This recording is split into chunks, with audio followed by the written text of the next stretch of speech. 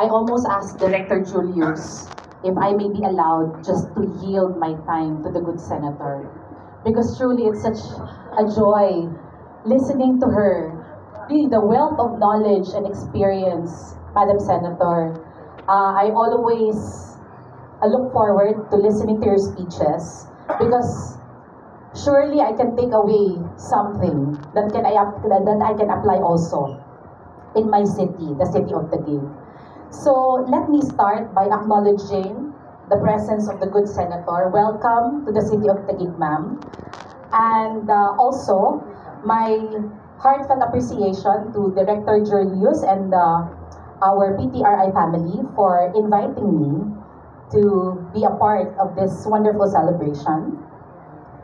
And to all my fellow guests, ladies and gentlemen, again, good morning.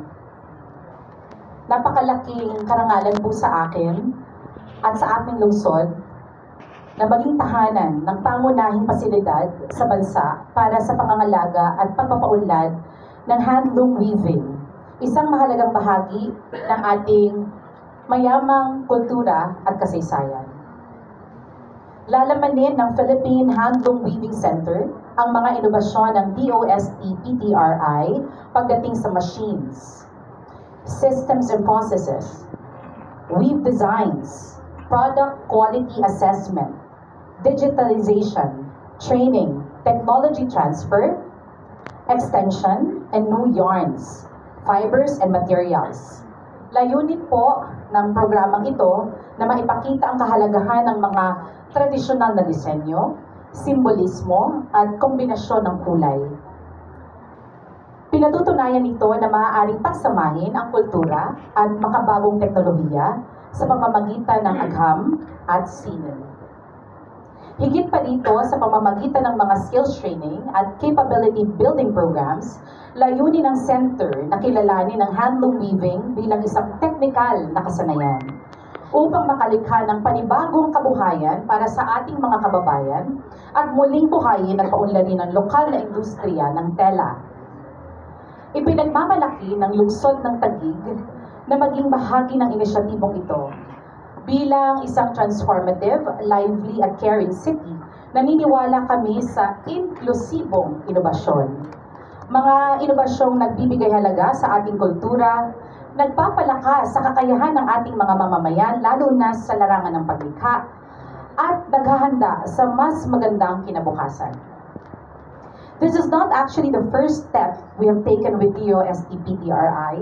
Last year, we entered into a meaningful partnership focused on turning water hyacinths that were once seen as a problem in our waterways into an opportunity. With DOST-PTRI's guidance, more of our local weavers, including our Tupad beneficiaries, were able to create beautiful, eco-friendly woven products.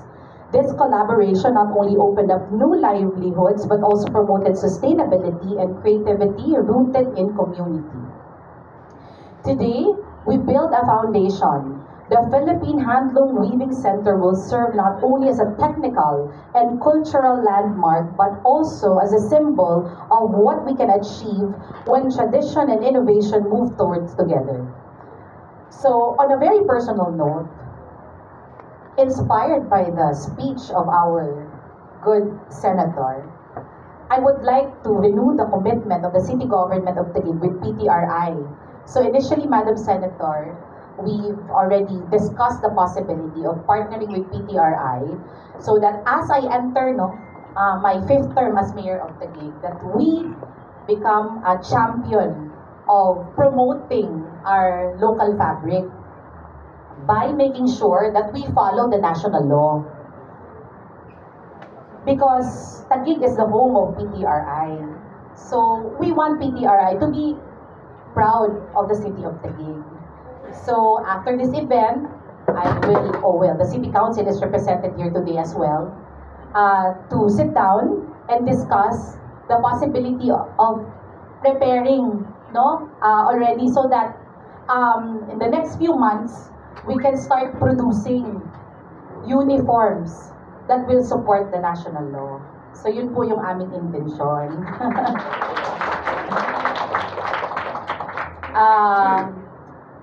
napakalaking inspirasyon sa amin, Senator, kanina. That's true po, kanina, as I was listening to you, madami ho akong natutunan. And, you know, at the same time, medyo nahiya din ho ako.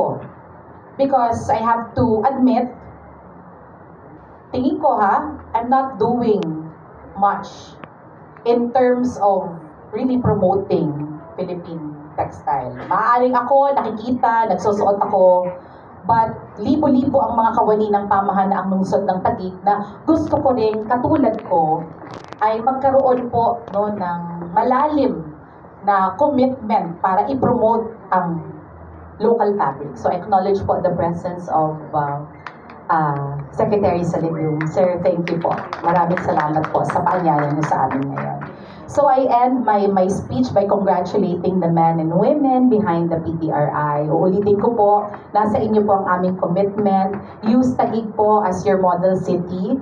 And my commitment naman po is to deliver on our end para together we can promote yung ating pong mga local weaves in support po of this culture and tradition that is uniquely Filipino. Maraming salamat po at magandang araw sa ating lahat.